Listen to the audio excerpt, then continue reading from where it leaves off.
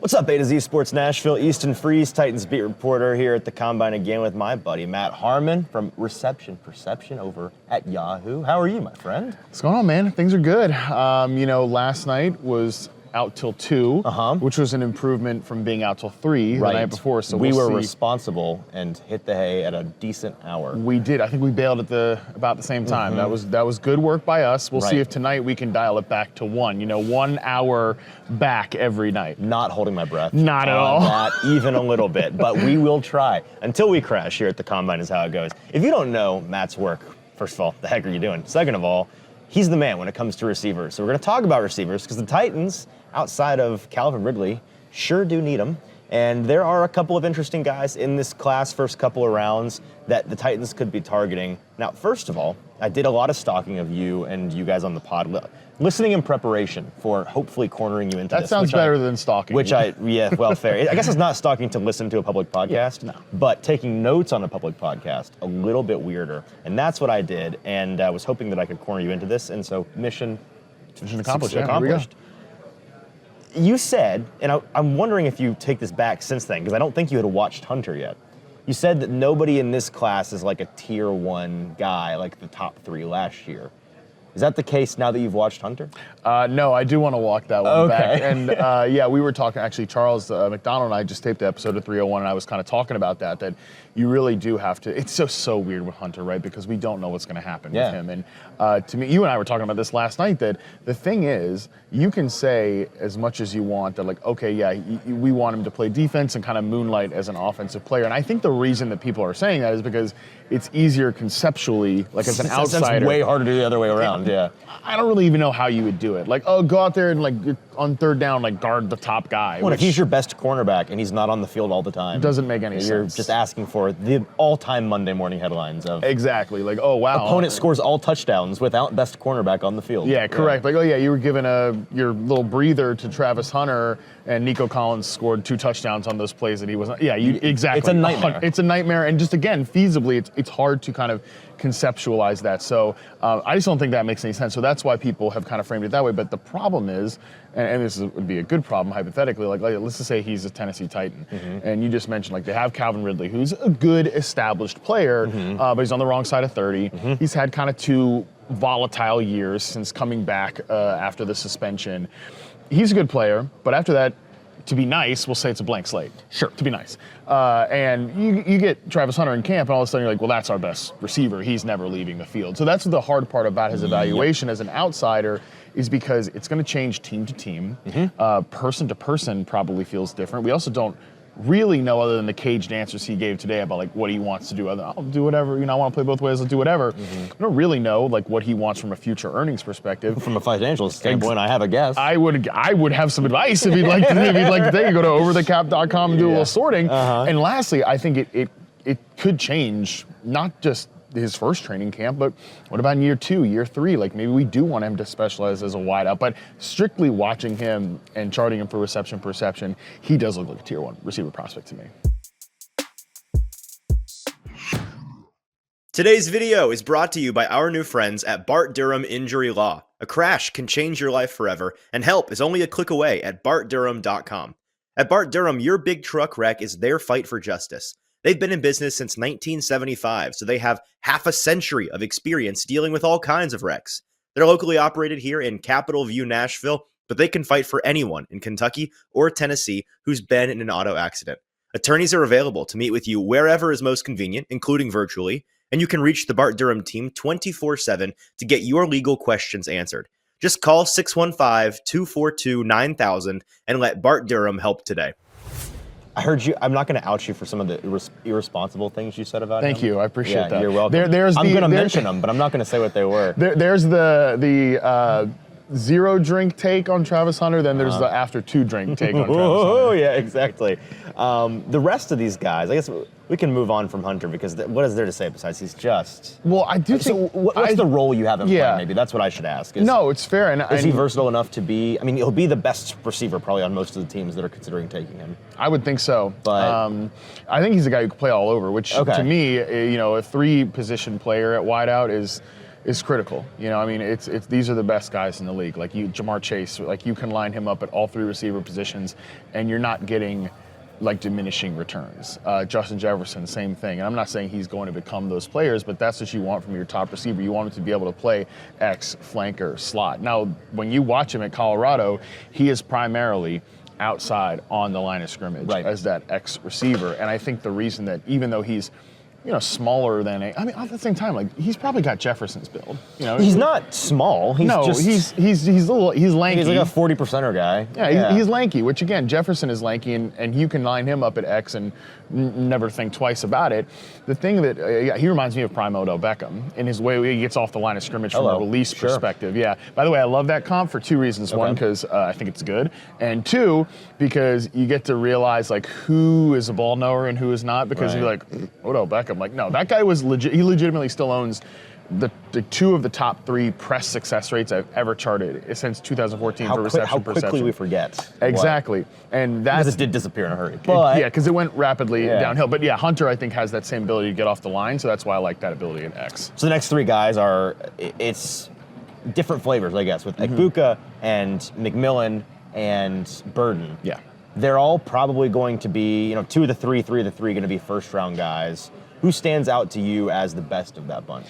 This is why I love the receiver position, by the way, because all 3 of those guys you just outlined there play the game so differently. But they all are ranked in the bucket of WR, and it's like what you get out of Tet McMillan could not really be any more different than what you're going to get out of those other 2 guys. And I do really like Tet as the top guy, at least so far for me, because he gives you that X receiver ability too. Now, I think he's a guy that can move around the formation. You can maybe do some big slot receiver stuff with him, but the ability to sync and fluidly get into in-breaking routes from that X receiver position, I think he fits pretty well on the like Michael Thomas, Drake London. Big Drake London, right? Big Drake London. Big Drake London. Still put that guy in the Guinness Book of World Records because he's the largest man to ever play football. Yeah, I think he can probably hit that like exit sign over there if he's Big Drake London. If he's Big Drake London. But anyways, like on that archetype, those are kind of like the premier players, and then you've also got kind of like the Michael Pittmans. You've got like Cortland Sutton. I think this is all sort of the same family of receiver. Yep.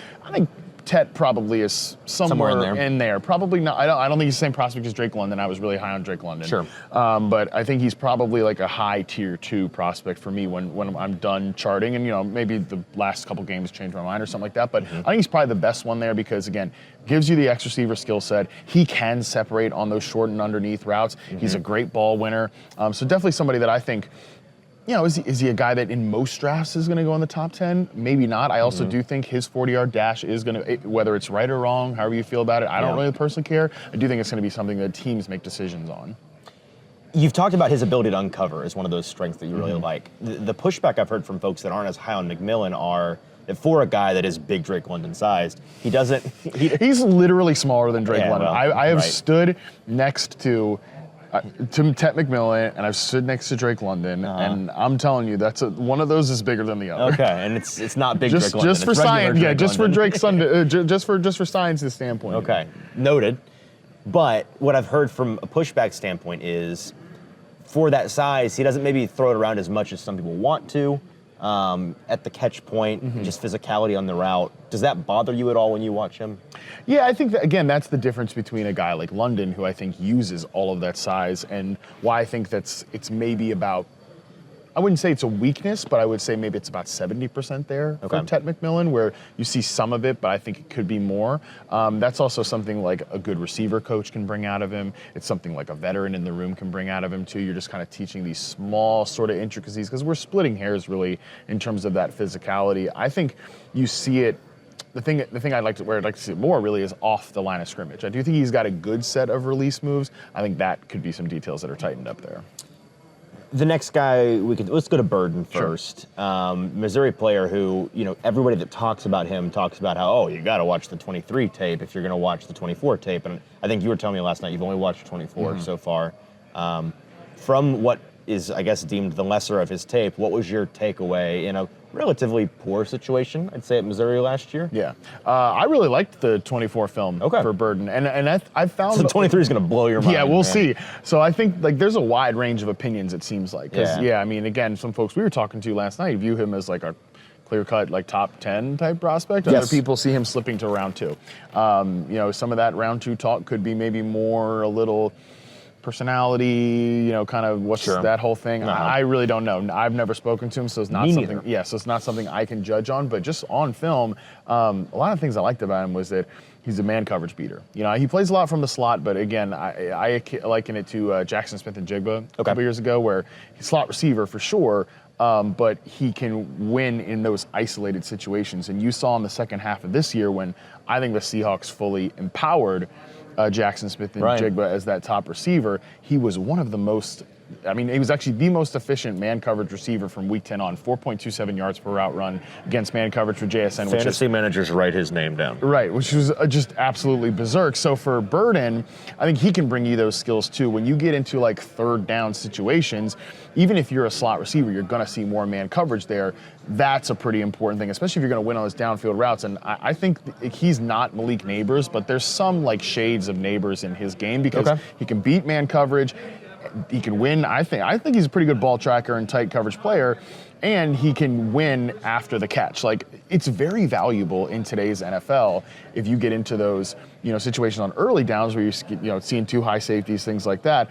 You get a guy who can create layup catches and layup targets for your quarterback, do something with the ball in his hands after the catch. That's how you get a guy like Khalil Shakir getting $15 million a year. Yeah. The last guy is Egbuka, who, the Ohio State receiver. The way people talk about him is kind of like saltine cracker, white bread. Like, he's going to be a good and useful player, but they're not super excited about him. He's like, he's the most productive Ohio State receiver of the last whatever. He's going to have all the stats because he's been around for a long time, and he's never been the best receiver on his own team. So it's kind of a weird situation where he's always the 2 or the 3. What role do you see him playing? And is he going to be a slot-only guy because of size limitations, you think? So, by the way, just before we talk about Egbuka, because you used the word useful, here's a little bit for you and your viewers here about like draft coding and language generally, because I know I do this and I say like this player is useful a lot. It depends on the intonation. Right. Robert Mays coded, I think, is. Yeah, because Nate says it all the time. Nate says it all the time, yeah. And I was having this conversation with Mina Kimes yesterday where like it depends, when you say useful, it depends on the intonation. Like, if I'm like, hey, he's useful, that means he's not that good. But like I kind of see. Or he'll be useful. Yeah, but if he's useful, he's a useful player. And man. I think Egbuka is useful. Oh, okay. Like, I think he's useful. Useful, complimentary. Yes, right. Complimentary, not derogatory. Right. And I just love his ability in like the dirty work part of the receiver game. And look, obviously, first and foremost, you want to talk about a guy as a pass catcher, as a route runner. And I do think he has that. I think he settles in zone coverage really well. I think he's got good hands.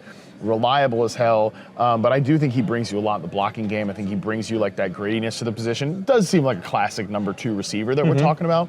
But shoot, man, think about a team like in the Titans division. Not that I'm sure the fans want to see like more firepower for the divisional opponents here, but like he fits so well with Houston. I know a lot of people. I know a lot of people have made the connection because of C.J. Stroud. But when you look at that receiver core last year, and this was.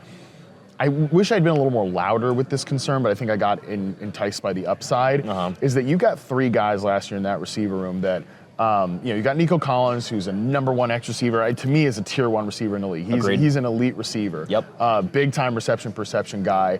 That's great. But then your 2 supporting characters, one, is Tank Dell, obviously on the smaller side. Went from like a outlier to a cautionary tale real quick. And then Steph Diggs, I love Steph Diggs. Diggs is my guy, man. Still, he's on the decline. It is what it is. But yeah. When they moved him into the slot, it's like I get it from a receiver perspective why you're trying to maximize his career and extend his career as a receiver, but that's an offense that the run game really struggled, and they went from being like a heavy team to an 11 personnel team, and your slot receiver. Again, I love Diggs, but he's my guy. We've actually talked about this. He's a little bit of this is the blocking. Like, Egbuka gives you something else. Like, he's going to actually give you some hoof in the run game. So I think that's the guy that's never going to leave the field, which if that's your first round pick at receiver, that's pretty valuable. Okay. Beyond those guys who are the first round-ish talents, there are some guys that are interesting in the round 2, day 2 category. And the first one I have written down is Golden out of Texas. When I watched him, I came away liking it more than I was thinking I was going to like it. Yeah. And I think he's 30 on the consensus board right now. His stock has risen, especially since the playoff, and he had some really big plays there. What was your takeaway watching Golden play out there in Texas? Yeah, he's the one I think I'm still trying to wrap my mind around the most.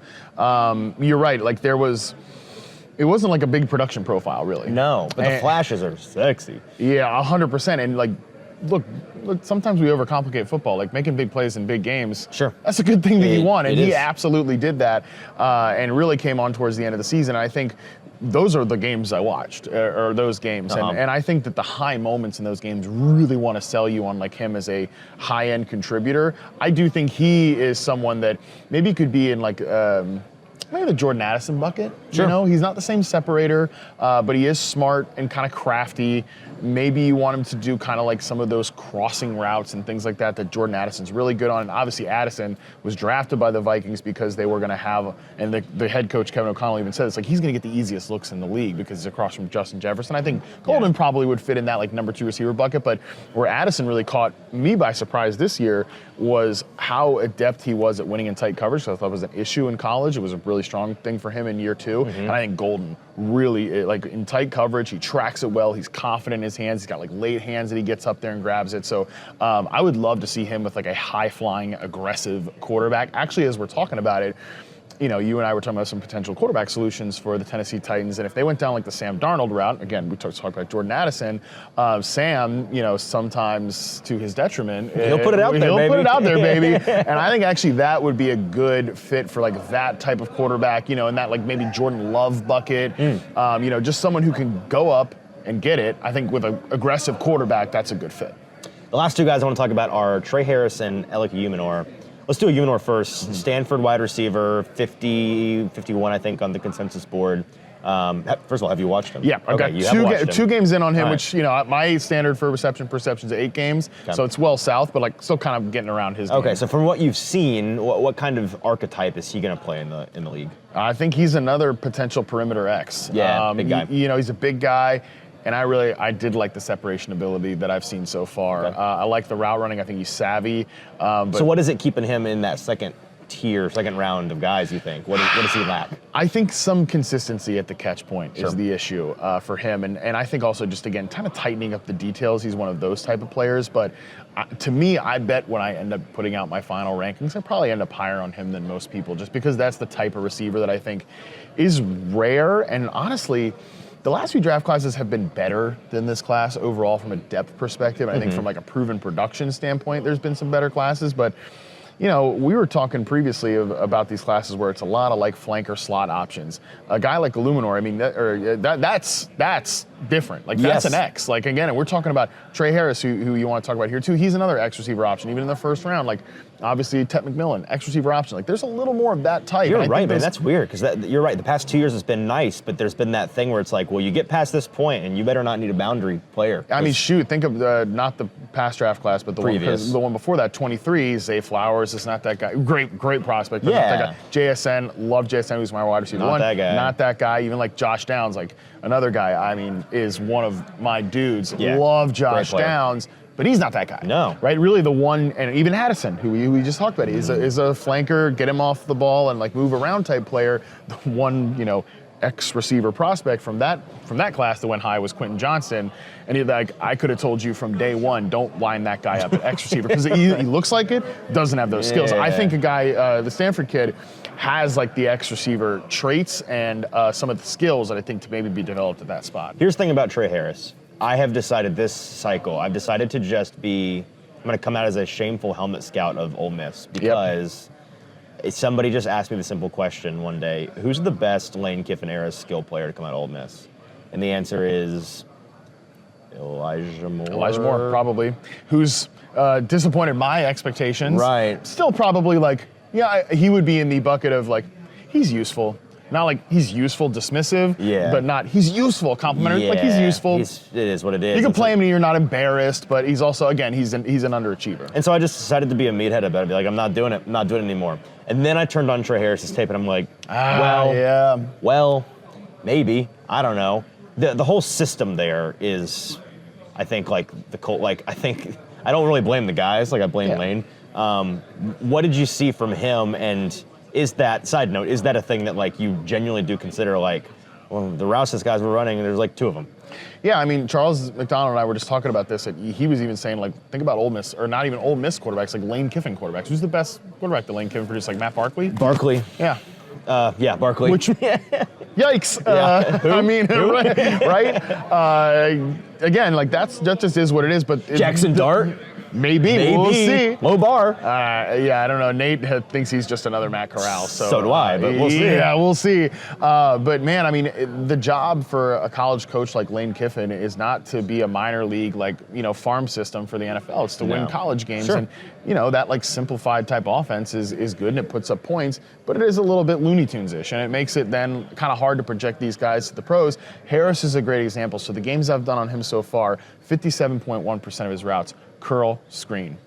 I'm impressed you just pulled that number just right out of the hat. I may have just looked at it recently. You didn't have to say that part. Yeah. I know. I wanted to be honest. But also, But the point is that's a lot. 83% of his snaps at right outside receiver. Yeah. That, to me, and Quentin Johnson is a good example, just something I've noticed over the last, let's say, like since the 2016 class, since I've been charting prospects, these guys that line up on one side of the field, it's very a tough, Cliff Kingsbury coded. It's very Cliff Kingsbury coded. Even Cliff started to back off on it this year, Right. and that is the one NFL coach that even does anything like that, because you can pull up the reception perception historical database. Yeah, the one guy who's over 80% on one side of the field is DeAndre Hopkins, and that's it. And then you go down the list, it's like 65%, which is super high, and that's like rookie year DK Metcalf.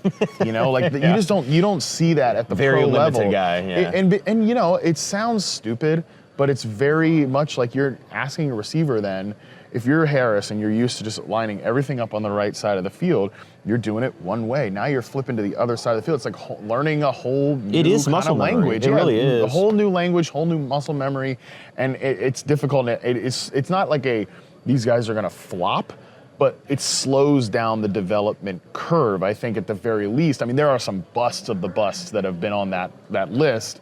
Josh Doxson, Corey Coleman, like those guys that came from these like stripped down, simplified offenses. Quentin Johnston was one. Again, somebody that is an underachiever, but somebody you can play, I guess, as a receiver Tennessee 3. receivers. Yeah, and I mean, those guys too. So it's a mixed bag, but the biggest hit is like guys who either moved into the slot, like a Juju Smith-Schuster, or DJ Moore. Like DJ Moore is probably the biggest hit from that list. Good point. And he's even somebody who took a minute to kind of come. He was good as a rookie, but they were using him in like kind of yards after catch type ways. The last thing I have written down here before I ask you the last question I'm asking everybody, and I don't know what this note is. I took it when I was listening to your podcast, and we're going to cut this if you have no idea what I'm talking about. Okay. But I think it's going to make you know what I'm talking about. Your personal opinion on openness. Oh, openness. Well, yeah, I mean, so I don't want to slam like other people's methodology. I never do that, because it is what it is. Sure. But everybody does things different. Like other people value.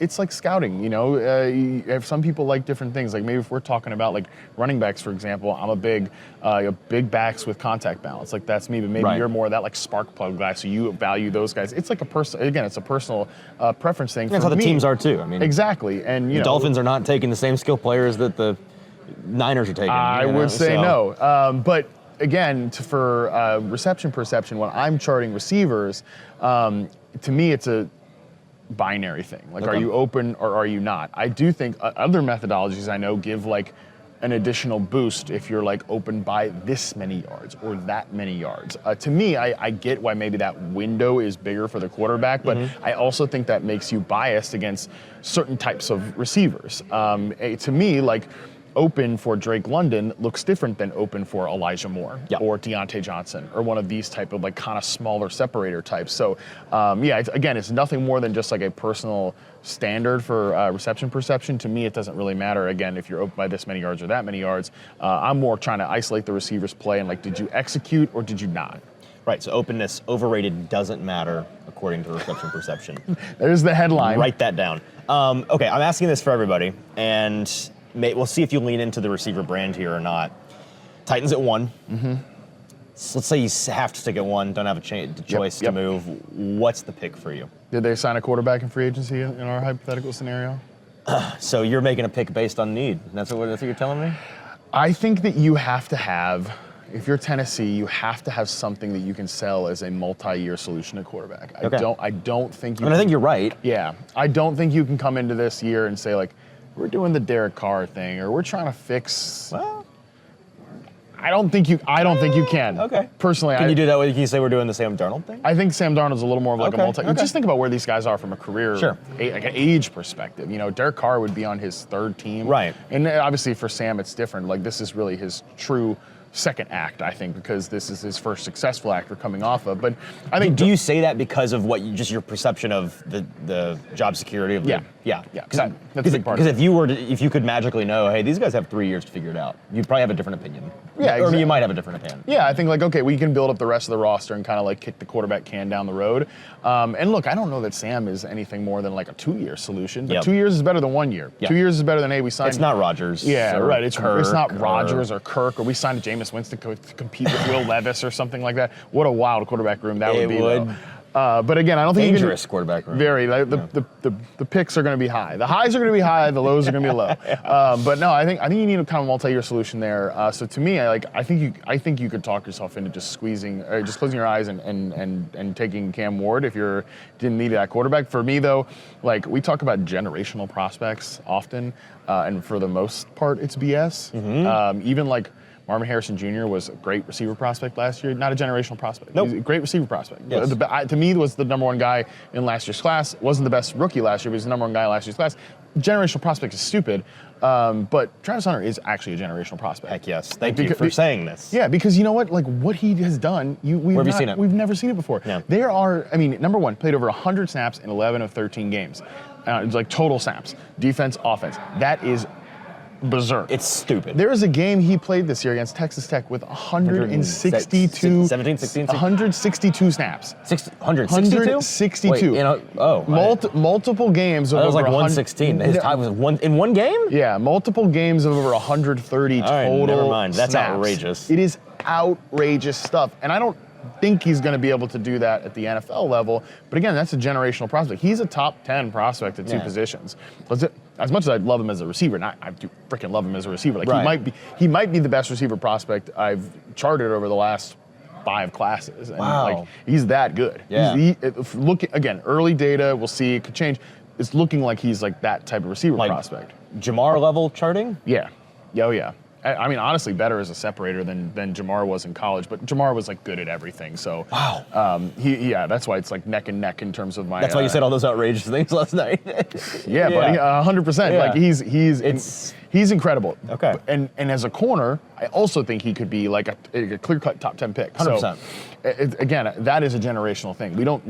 When's the last time in our generation we had a prospect who was a top 10 player at 2 positions? Never. Never. I mean, never ever. No. I don't think. I mean, maybe. I don't think so. Never. Yeah. There we go. Football was fake, maybe, when you were playing a bunch of positions. Well, yeah, right, exactly. I mean, I guess we could say he's not just a generational prospect. He's a once-in-a-lifetime prospect. 100%. Last question. Sure. Given what you know about the state of the Titans, if they got a reasonable, not even a knock your socks off, but just a reasonable trade offer, is, I guess, Hunter, in your case, is he a good enough player to justify, hey, even though we only have 2 top 100 picks, and even though we only have, this amount to spend in free agency, and like we need dudes, we need swings, just can't pass up this guy. Would you trade back if the opportunity presented itself and forego a Travis Hunter? Yeah, I think I probably would. Okay. There's enough good prospects at the top of this class. I think you can be okay with that. They need help at a lot of spots too. They do. I mean, they need corner help. They need wide receiver help. They need pass rush help. Like they need a lot. So I think you can justify taking that step back, especially if you get that kind of Godfather offer. And again, that also does have to come with some patience, and hopefully this coaching staff gets that, because I think there's some encouraging signs from them. Yeah, so do I. All right, he's Matt Harmon, guys. Check him out over on the Yahoo. What's the name? Is Football 101? Football 301. No, 101. Excuse me. Football 301. That's on the other That's podcast the other. networks, That's the other podcast. All the other podcasts. Feed, yeah. So 301 and Reception Perception, of course. Great website. Great stuff you guys are doing over there. Thank you so much for spending time with me today, man. Appreciate you, man. This was great.